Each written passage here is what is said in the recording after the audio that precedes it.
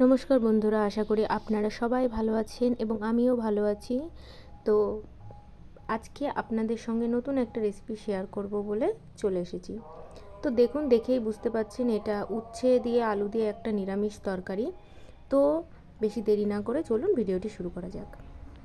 তো এই তরকারিটি রান্না করার জন্য একটা বড় সাইজের আলু, 4টে উচ্ছে, 2টো কাঁচা লঙ্কা আর 5 ফোড়ন লাগছে। তাছাড়া লাগছে 2 চামচ সর্ষের তেল, আর কিছুই লাগবে না। তো এখানে আমি একটা কড়াই বসিয়ে দিয়েছি গ্যাসের ওপর, গ্যাসটা মিডিয়াম ফ্লেমেই রেখেছি। এবারে দিয়ে দিচ্ছি 2 চামচ পরিমাণ সর্ষের তেল। তো আপনারা দেখতেই পাচ্ছেন আমি এখানে 2 চামচ সর্ষের তেল দিয়ে দিয়েছি। তো আপনারাও এভাবেই করবেন, গ্যাসটা হাই ফ্লেমে একদমই দেবেন না। তো তেল গরম হয়ে এসেছে, এবারে আমি দিয়ে দিলাম 5 ফোড়ন। খুব বেশি দেওয়ার প্রয়োজন নেই, সামান্য পরিমাণ দিলেই হবে। এবার এই 5 ফোড়নের মধ্যে আমি যে আলুগুলো কেটে রেখেছিলাম সেই আলুগুলো ভেজে নেব। খুব বেশি ভাজার দরকার নেই, সামান্য একটু ভাজলেই হবে। আর গ্যাসের ফ্লেমটা কিন্তু মিডিয়ামেই থাকবে।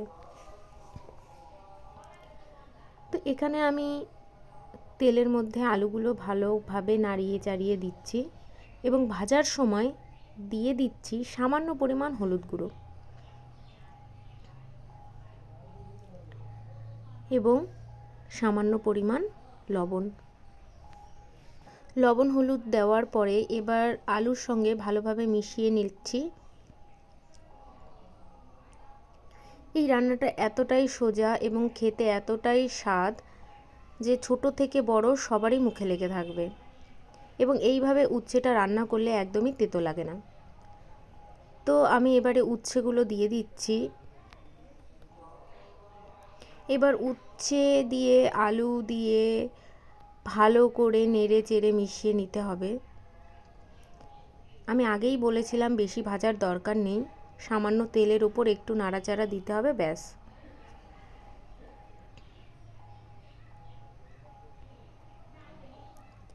তো এখানে আমি উচ্ছে আর আলু ভালোভাবে নাড়িয়ে চাড়িয়ে নিয়েছি। এবার এইভাবে কিছুক্ষণ রেখে দিলাম।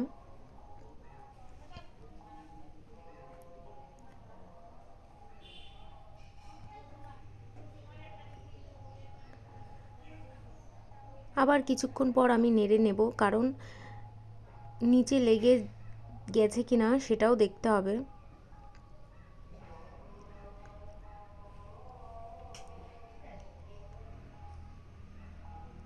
তো দেখুন বন্ধুরা, এইভাবে ভালো করে নাড়িয়ে চাড়িয়ে দিতে হবে, কারণ এই সবজিটা রান্না করার জন্য নিচে যেন পোড়া না লাগে।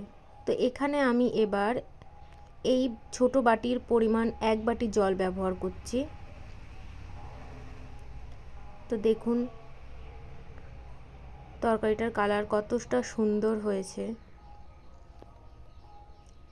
তো এখানে আমি আরেকটু জল ব্যবহার করছি, কারণ আমার মনে হলো জলের পরিমাণটা কম। আপনারা চাইলে এর থেকে বেশি বা কম জল ব্যবহার করতে পারেন, সেই অনুপাতে লবণ এবং হলুদ মেশাবেন। তো এবার তরকারিটা ভালোভাবে জাল হতে দেব, কারণ তরকারির সব থেকে বড় একটা ব্যাপার হলো সঠিকভাবে যদি জাল না হয় সেই তরকারি খেতে ভালো লাগে না। তো এখানে আমি দিয়ে দিলাম 1/2 চামচ লবণ,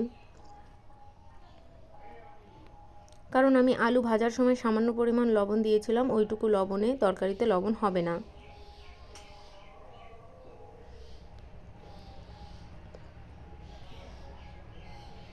দেখুন তো তরকারিতে জাল চলে এসেছে। এবার আমি যে কাঁচা লঙ্কা দুটো রেখেছিলাম সেই কাঁচা লঙ্কা দুটো দিয়ে দিয়েছি। তো আমার মনে হচ্ছে সামান্য পরিমাণ হলুদের প্রয়োজন, তো এখানে আমি হাফের কম হলুদ ব্যবহার করেছি, মানে তরকারিতে দিয়ে দিয়েছি।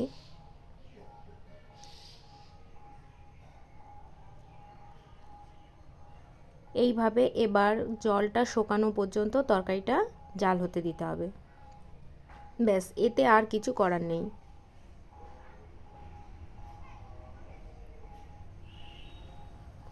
তো দেখুন বন্ধুরা, আলুও গলে গেছে প্রায়। তো আপনারাও ঠিক এইভাবে রান্না করবেন।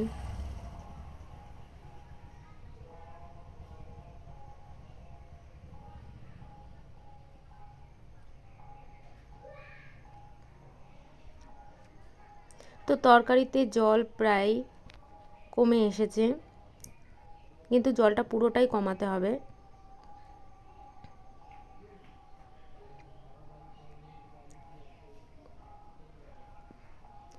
আমি আবারও বলছি, এইভাবে উচ্ছে দিয়ে আলু দিয়ে রান্না করলে একদমই তিতো লাগে না এবং খেতে খুবই স্বাদ লাগে। তো এখানে আমি একটু আলু গলিয়ে দেব তরকারিটা গাঢ় হওয়ার জন্য, তাহলে ঝোলটা তাড়াতাড়ি শুকিয়ে যাবে।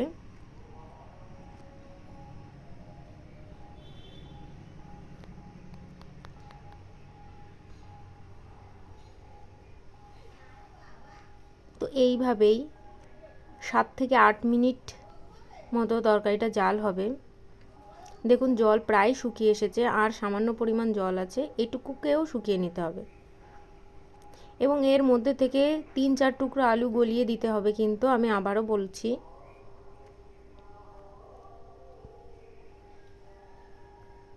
তো দেখুন বন্ধুরা, জল প্রায় শুকিয়ে এসেছে, আর একটু মাত্র জল আছে।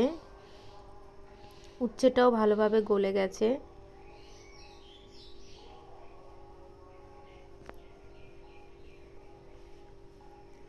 দেখুন বন্ধুরা, জল শুকিয়ে গেছে। এবার আমাদের তরকারিটা নামিয়ে নিতে হবে। তো এখানেই শেষ হচ্ছে উচ্ছে আলুর রেসিপি। একদম সহজ এবং সাধারণ পদ্ধতিতে রান্না। তো বন্ধুরা, কেমন লাগলো ভিডিওটি অবশ্যই জানাবেন।